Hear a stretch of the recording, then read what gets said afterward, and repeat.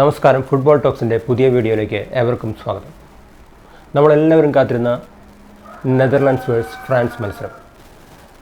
Euro കപ്പിൽ group ഘട്ട രണ്ടാം റൗണ്ട് മത്സരങ്ങളാണ് നടന്നുകൊണ്ടിരിക്കുന്നത്.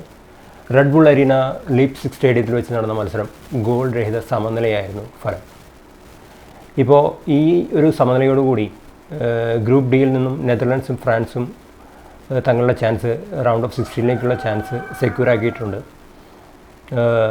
ഇപ്പോൾ മത്സരത്തിലേക്ക് നോക്കുകയാണെങ്കിൽ നെതർലാൻഡ്സിൻ്റെ മുന്നേറ്റങ്ങളെന്ന് വെച്ച് Memphis Depay, Cody Gakpo, Xavi Simons, Frimpong എന്നിവർ ചേർന്നാണെങ്കിൽ ഫ്രാൻസിൻ്റെ മുന്നേറ്റങ്ങളെന്ന് വെച്ച് Marcus Thuram, Antonio Griezmann, Ousmane Dembele എന്നിവർ ചേർന്നായിരുന്നു. മത്സരത്തിൽ എംബപ്പെ കളിച്ചിട്ടുണ്ടായിരുന്നില്ല. ഫസ്റ്റ് ഹാഫിനെ കുറിച്ച് സംസാരിക്കുകയാണെങ്കിൽ ഇരു കൂട്ടരും ചാൻസുകൾ ക്രിയേറ്റ് ചെയ്തിട്ടുണ്ടെങ്കിൽ ചെറിയൊരു അപ്പർ ഹാൻഡ് ഫ്രാൻസിന് അവകാശപ്പെടാനാവുന്നതാണ്. പക്ഷേ സെക്കൻഡ് ഹാഫിലേക്ക് വരുമ്പോൾ ഫ്രാൻസിൻ്റെ ഭാഗത്ത് നിന്ന് തന്നെയാണ് കളി നടന്നിട്ടുള്ളത്. ഒരുപാട് ചാൻസുകൾ ക്രിയേറ്റ് ചെയ്തിട്ടുണ്ട്, പക്ഷേ അതൊന്നുപോലും ഫിനിഷ് ചെയ്യാൻ സാധിക്കുന്നില്ല. 16ഓളം ചാൻസുകൾ നഷ്ടപ്പെടുത്തിയിട്ടുണ്ട് ഫ്രാൻസിൻ്റെ ഭാഗത്ത് നിന്ന്. ഗ്രീസ്മാൻ്റെ ഭാഗത്ത് നിന്ന് 2 ബിഗ് ചാൻസുകൾ നഷ്ടപ്പെട്ടിട്ടുണ്ട്.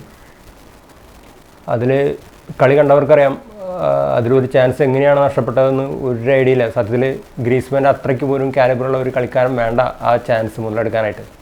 പക്ഷേ എന്നിട്ട് പോലും അത് സാധിച്ചില്ല എന്നുള്ളതാണ് സത്യം. ഇപ്പോൾ എംബപ്പെ ഇല്ലാതെയാണ് അവർ കളത്തിലിറങ്ങിയത്.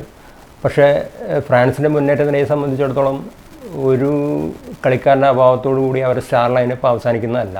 ഇപ്പോൾ ഫ്രാൻസിൻ്റെ ഇതുവരെയുള്ള യൂറോ കപ്പ് ക്യാമ്പയിൻ എടുത്ത് നോക്കുകയാണെങ്കിൽ ഇതുവരെ ഒറ്റ ഗോൾ പോലും അവരെ കൊണ്ട് സ്കോർ ചെയ്യാൻ സാധിച്ചിട്ടില്ല.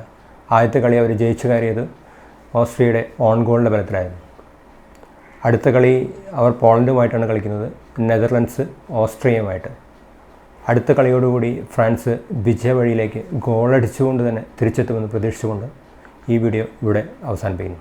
നന്ദി.